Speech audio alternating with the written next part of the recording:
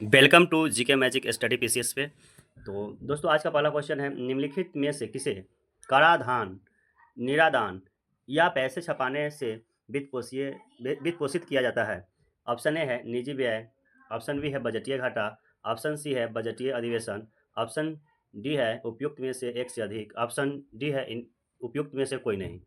तो इस क्वेश्चन का राइट आंसर हो जाएगा बजटीय घाटा। इस क्वेश्चन का राइट आंसर क्या हो जाएगा? बजटीय घाटा। तो दोस्तों, बात करते हैं बजटीय घाटा की। तो बजटीय घाटा क्या होता है?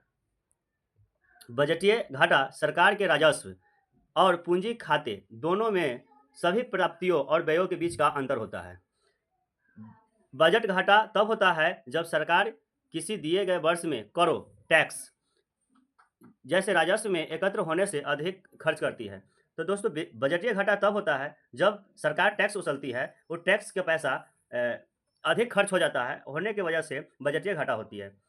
बजटीय घाटा सार्वजनिक क्षेत्र के लिए ऋण के स्तर को बढ़ावा देता है। जब बजट आता है तो उस टैक्स के पैसा से सार्वजनिक कार्य होते हैं, उस सार्वजनिक कार्य से जो सार्वजनिक क्षेत्र के लोग होते हैं उनको ऋण की बढ़ोतरी होती है।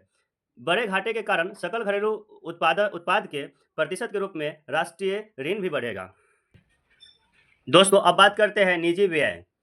निजी व्यय व्यक्तियों और व्यवसायों द्वारा किया जाता है जो सरकार के स्वामित्व वाले नहीं होते, यानी कि सरकार के स्वामित्व में नहीं होता है। व्यय एक व्यक्ति की पसंद पर आधारित है। सरकारी व्यय की बात करें तो सार्वजनिक व्यय राज्य सामाजिक सुरक्षा प्रशासन, स्थानीय प्राधिकरणों और प्रशासन अ, और उनसे जुड़े निकायों द्वारा किया जाता है। सरकारी सरकारी खर्च को तीन प्राथमिक समूह सरकारी खपत, स्थानांतरण भुगतान, ब्याज भुगतान में विभाजित किया जाता है। 3 स्तर में विभाजित किया जाता है। सरकारी जो खर्च होती है, उसको सरकारी खर्च को 3 मुख्य भागों में विभक्त किया जाता है। पहला क्या हो गया? सरकारी खपत, स्थानांतरण भुगतान, ब्याज। सरकारी खपत वस्तुओं और सेवाओं की को सरकारी खरीदी है। अब बात करते हैं बजटीय अधिवेशन की। बजटीय अधिवेशन एक बजट अधिवेशन तब होता है जब कोई निकाय एक लेखा अवधि के दौरान राजस्व के मुकाबले कम पैसा खर्च करती है। शिक्षा मंत्रालय द्वारा शुरू की गई ओएनओएस योजना के अनुसार निम्नलिखित में से कौन से कथन सही है? क्वेश्चन नंबर दूसरा है, शिक्षा मंत्रालय द्वारा शुरू की गई ओएनओएस योजना के अनुसार निम्नलिखित में से कौन सा कथन सही है? ऑप्शन ए है, भारत सरकार ने नवंबर 2024 से 6,000 करोड़ रुपए के बजट के साथ ओएनओएस योजना को मंजूरी दी है।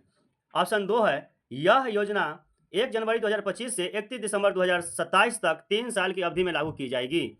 ऑप्शन सी है, ओएनओएस पहल निजी विश्वविद्यालयों और कॉर्पोरेट अनुसंधान केंद्रों सहित सभी शिक्षण संस्थानों को महत्वपूर्ण संसाधनों तक पहुंच प्रदान करेगी। तो इस क्वेश्चन का राइट आंसर हो जाएगा ऑप्शन नंबर ए, 1 और 2 दोनों, तीसरा नहीं होगा।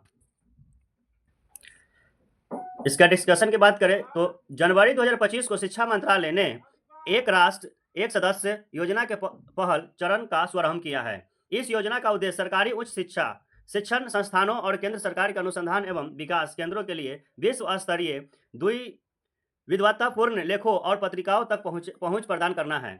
ओएनओएस को भारत सरकार ने नवंबर 2024 में 6 करोड़ रुपये के बजट के साथ मंजूरी दी है। ओएनओएस के पहले चरण का समन्वय परमानेंट सूचना और पुस्तकालय नेटवर्क अहमदाबाद, गुजरात में स्थित एक अंतर विश्वविद्यालय केंद्र विश्वविद्यालय अनुदान आयोग यूजीसी के अधीन करता है। क्वेश्चन नंबर 3 है, 2022-23 के केंद्रीय बजट के अनुसार आपातकालीन क्रेडिट लाइन गारंटी योजना को कब तक बढ़ाया गया है? इस क्वेश्चन के राइट आंसर हो जाएगा ऑप्शन नंबर सी, 2023 तक। क्वेश्चन नंबर 4 है, कपड़ा उद्योग को विश्व स्तर पर प्रतिस्पर्धा बनाने, रोजगार सृजन को बढ़ावा देने के लिए केंद्रीय बजट में शुरू की गई योजना में से कौन सा नाम है?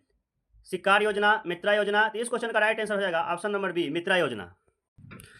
संघ सरकार भारतीय कपड़ा उद्योग को विश्व रूप से प्रतिस्पर्धा बनाने के लिए मेगा इन्वेस्टमेंट टेक्सटाइल्स पार्क मित्रा योजना शुरू करने की घोषणा की है।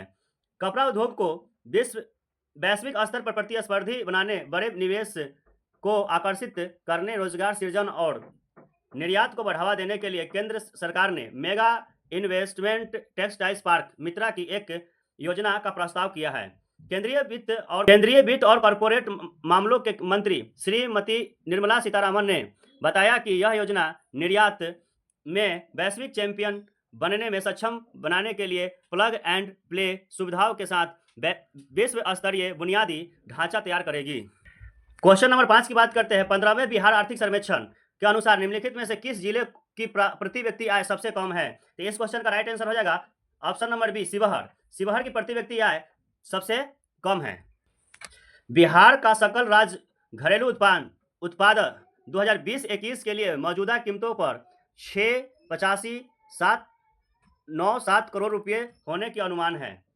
किसके अनुसार है दोस्तों? 2020-21 के अनुसार।